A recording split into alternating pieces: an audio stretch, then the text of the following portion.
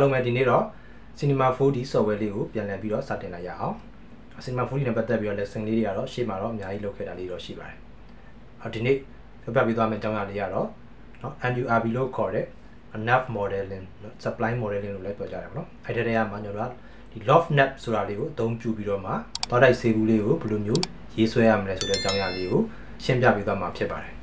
အဲ့တော့ C4D ဝါသနာရှင်တွေအနေနဲ့ဒီ Loft NURBS ကိုအသုံးပြုပြီးသွားတိုက်ဆေးဘူးလေးဘယ်လိုဆွဲရတယ်ဆိုတာကိုသိချင်တယ်ဆိုရင်ကျွန်တော်နဲ့အတူတူ Maximum Cinema 4D software တွေကိုအတူတူဝင်ရောက်ပြီးတော့လေ့လာကြည့်ကြရအောင်လား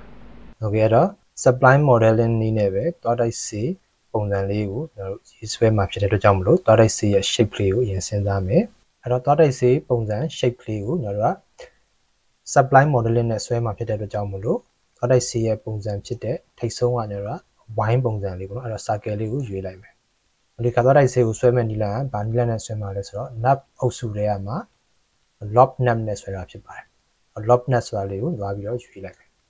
အခုလို loft nub ဆွဲတဲ့နီးကနှစ်မျိုးနှစ်စားရှိတယ်တစ်မျိုးကကြတော့ဒီ supply လေးတွေနဲ့လိုချင်တဲ့ shape ကိုပုံစံဖော်ပြီးတော့မှ loft nub ထဲကိုတစ်ပြိုင်နက်တည်းအုပ်တဲ့နီလန်နောက်တစ်နီလန်ကကြတော့ loft nub ထဲကို shape supply shape လေးကိုထည့်ပြီးတော့မှလိုသလိုပုံစံဖော်သွားတဲ့နီလန်ပေါ့နော်အခုဒီနေ့မှာတော့ loft nub ထဲကို supply လေးအရင်ထည့်ပြီးတော့မှလိုသလိုပုံစံဖော်သွားတဲ့နီလန်လေးကိုအသုံးပြုပြီးတော့ဆွဲသွားမှာဖြစ်ပါတယ်။ Okay အဲ့တော့ circle လေးကို loft နဲ့အောက်ကိုကျွန်တော်ထည့်လိုက်မယ်။ ဒါဆိုလိုမျိုးလေးဖြစ်သွားပြီနော်။ Okay ပြီးသွားပြီဆိုရင်ကျွန်တော်လုပ်မလဲဆိုတော့ circle လေးတော့ထပ် copy တစ်ခုပွားလိုက်မယ်။ control လေးဖြည့်ပြီးတော့ circle လေးကို select မှတ်လိုက်မယ်။ control လေးလည်းဖြည့်ထားမယ်။ circle လေးပေါ်မှာ mouse ကိုလည်းဖြည့်ထားပြီးတော့အောက်ကိုဆွဲချလာလိုက်မယ်။အခုလိုမျိုး arrow အမဲလေးကဘယ်ဘက်ကိုလှည့်နေတဲ့အခြေအနေမှာဆိုရင်ကျွန်တော်တို့ကလွတ်လိုက်ပါ။ဒါဆိုရင်တော့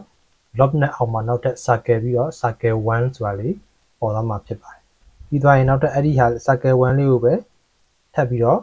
control လေးနဲ့ copy ထပ်ပွားလိုက်မယ်။ဒါဆိုနည်းနည်းလေးများသွားတယ်သူကအပြင်ကိုထွက်သွားတယ်။အဲ့လိုများလို့မရဘူး။ loft နဲ့ကအောက်မှာပဲအထဲလေးမှာပဲရောက်နေမှာဖြစ်ပါတယ်။အဲ့ circle လေးကိုဆိုရင်ဘယ်လောက်ထားမလဲဆိုတော့ဒီ circle ထိပ်ဆုံးမှာတော့သူ့ကို180လောက်ထားလိုက်မယ်။ Okay ဒီ circle 1ရဲ့ radius ကိုတော့200ပဲထားမယ်။နောက်တဲ့ circle တစ်ခုရဲ့ shape ကိုကြာကျွန်တော်နည်းနည်းလေးသူ့ရဲ့ position ကိုဘယ်လောက်ထိရွှေ့မလဲဆိုတော့900လောက်ထိရွှေ့လိုက်မယ်ပေါ့နော်။ညလာတော့ဖြစ်သွားပြီ။အဲ့တော့သူ့ရဲ့ radius ကိုတော့240လောက်ထားလိုက်မယ်ပေါ့နော်။ဒါဆိုရင်တောက်တိုက်ဆေးဘူးရဲ့ထိတ်ကအဖုံးလေးပုံစံမျိုးလေးဖြစ်သွားပြီပေါ့နော်။ဒီတော့ဒီနားမှာကျွန်တော်ဒီနားမှာ scale လေး180သေးထားတာတခြားကျွန်တော် detail လေးကြည့်မယ်ဆိုရင်ဒီလိုမျိုးအချိုင်လေးရအောင်လို့ပေါ့အနားပုံစံလေးပေါ်အောင်လို့ဖြစ်ပါတယ်။ Okay ရပြီနောက်ထပ် circle တစ်ခုထပ်ပြီးတော့ control လေးနဲ့ duplicate ထပ်ပွားလိုက်မယ်။အဲ့ကောင်လေးကိုကျွန်တော်ဘယ်လောက်ထိသွားမလဲဆိုတော့ကျွန်တော်200လောက်ပြန်ထားလိုက်မယ်။200လောက်ထားပြီးသွားရင်နည်းနည်းလေးမတိမတာလေးတိုးလိုက်မယ်ပေါ့နော်။အဲ့တိုင်းလေးပဲနောက်ထပ်တစ်ခုလောက်ထပ်ပွားလိုက်ပါဦးမယ် circle 3ဆိုပြီးတော့သူ့ကိုလည်းနည်းနည်းလေးထပ်ပြီးတော့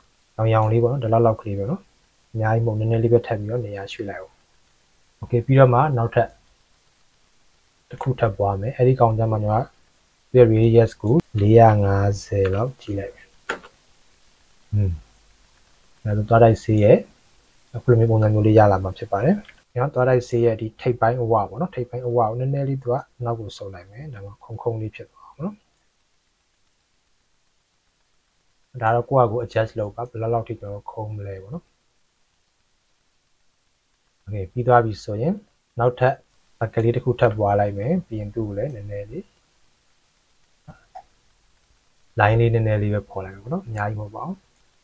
Okay သွားတိုက်ဆေးမှာဆိုရင်သူကဘာဖြစ်သွားလဲဆိုတော့ဒီအထိပဲသူ့ရဲ့ shape က circle shape ဖြစ်သွားတယ်နော် circle shape ဖြစ်လိုက်ပြီနောက်ပိုင်းကကြတော့ကျွန်တော် circle shape မဟုတ်တော့ဘဲနဲ့4000 shape ဖြစ်သွားတယ်အဲဒါကြောင့်ဒီမှာကြောက်ဆိုအဲကြောင့်တော့ဒီမှာဆိုရင် circle ကနေ4000 shape ပုံစံကိုပြောင်းဖို့လိုအပ်တယ်အဲ့တော့ကြောင့်ကျွန်တော်တို့ supply အုပ်စုတွေကနေမှကျွန်တော်တို့ rectangle ဆိုတာလေးကိုသွားပြီးရွေးလိုက်မယ်ရွေးပြီးတော့သူရှိရမယ့်နေရာလေးကိုကျွန်တော်နေရာချဒါပေမဲ့အဓိကတော့သူ့ရဲ့ radius အကျယ်ကတော့တူနေမှရမယ်သူကကျွန်တော်တို့ဘယ်လောက်နဲ့ထားခဲ့ရလဲဆိုတော့ခုန450ပေါ့နော်ဒီစဝိုင်းက450နဲ့ထားခဲ့ရဆိုတော့ဒီ rectangle ရဲ့အကျယ်ကကြတော့ဘယ်လောက်ရှိရမလဲဆိုတော့ခုန450နှစ်ဆပေါ့နော်သူက diameter ပုံစံမျိုးဖြစ်ရမှာဆိုတော့450နှစ်ဆဆို900လောက်ဖြစ်ရမှာဖြစ်ပါတယ် တော့ဒီကနေ900ဆိုပြီးတော့ရိုက်ထည့်လိုက်မယ်ဒါဆိုတော့သူ့ရဲ့အကျယ်ကညီသွားပြီပေါ့နော်အဲ့တော့အမြင့်ပဲတော့အမြင့်ကိုကြာကျွန်တော် height ကိုဘယ်လောက်ထားမလဲကျွန်တော် height ကိုတော့ကျွန်တော်50လောက်ပဲထားကြည့်လိုက်အောင်ပါလေးပဲဖြစ်သွားမှာပေါ့နော်โอเคအဲ့ဒါလေးကိုကျွန်တော်တို့ခုန loft နဲ့ out လေးကိုဆွဲထည့်လိုက်အောင်ဆွဲထည့်တဲ့အခါမှာကျွန်တော်တို့အဓိကသတိထားမှာနည်းနည်းလေးများသွားရင် loft နဲ့ out ကိုရောက်မှာမဟုတ်ဘူးအပြင်ရောက်သွားမှာပဲเนาะအဲ့တော့နည်းနည်းလေးဒီအောက်ကိုဒီနောက်ဆုံးရှိတဲ့ circle 5ဆိုတဲ့ဟာလေးနဲ့ကက်ကက်ကလေးအောက်လောက်မှာကျွန်တော်တို့က mouse ကိုလှုပ်ဖို့လိုတယ်အဲ့ဒါမှဒီလိုမျိုးလေးဖြစ်သွားပြီเนาะဒါဆိုရင်သွားတိုက်စေးဘူးရှိတ်နဲ့နည်းနည်းနီးစပ်လာပြီသူ့နေရာလေးရွှေ့ပြီးမယ်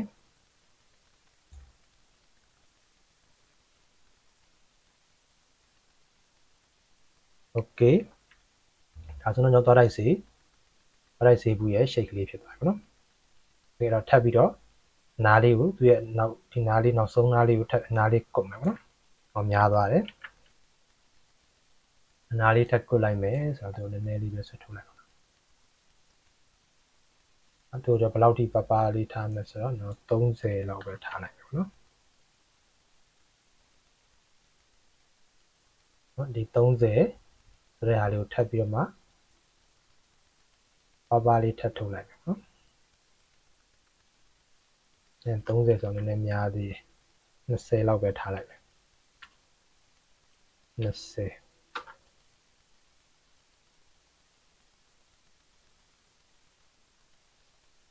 ဘာတိုက်စေးရဲ့ဖင်မီလေးတွေအဲ့လိုမျိုးလေးကော့လေးတွေရှိတတ်တယ်ဆိုတော့နည်းနည်းလေးကော့အောင်လို့အဲ့လိုမျိုးလေးဖြစ်တတ်တယ်နော်အဲ့လိုမျိုးပုံစံဒီဇိုင်းလေးတွေရှိတယ်โอเคဒါဆိုတော့ကျွန်တော်သွားတိုက်စေးဘူးပုံစံ shape လေးရသွားပြီဖြစ်ပါတယ်ဒီသဘောတရားလေးပဲဖြစ်ပါတယ်အဲ့ဒီမှာကိုလိုချင်တဲ့ texture တွေပါကတ်လိုက်မယ်ဆိုရင်တော့ကိုလိုချင်တဲ့ design texture ပေါ့နော်နာမည်တွေပါပေါ့ဘာနာမည်ဖြစ်မလဲပေါ့အဲ့မှာ texture ကိုကတ်လိုက်မယ်ဆိုရင်တော့သွားတိုက်စီကပြည့်တော့ပါပြီဒီမှာတော့ကျွန်တော် model ဆွဲနည်းကိုပဲခုန loft nap ပေါ့နော် NURB အုပ်စုထဲမှာ loft nap ဆိုတဲ့ဒီစနစ်ကိုအသုံးပြုပြီးတော့မှဆွဲတဲ့ပုံစံလေးမျိုးလေးကိုပဲအဓိကပြတာဖြစ်ပါတယ်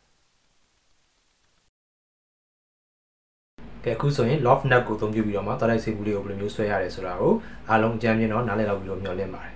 အဲ loft nap ကတော့တော်တော်များများ model လေးတွေမှာအသုံးတဲ့တာကိုတွေ့ရပါတယ်ကျွန်တော်ဆိုရင်လည်းတချို့ပစ္စည်းတော်တော်များများကို loft nap ကိုအသုံးပြုပြီးတော့ပဲဆွဲပစ်တာများတယ်ပေါ့နော်polygon နဲ့ polygon model လေးနဲ့ဆွဲလို့မရဘူးလားဆိုတော့လည်းရပါတယ်ဒါပေမဲ့တချို့အရာတွေကြတော့ဒီ loft nap လေးနဲ့မှပို့ပြီးတော့အဆင်ပြေစေတယ်ပေါ့နော်အဲ့လိုမျိုးလေးတွေရှိပါတယ်โอเคအဲ့တော့ဒီနေ့ video လေးတော့လောက်နေပဲဆုံးသက်လိုက်ပါမယ်နောက်လာမယ့် Sigma 40 lesson တွေကြမှာပြန်လည်ပြီးတော့ဆုံးဖြတ်ကြမယ်နော်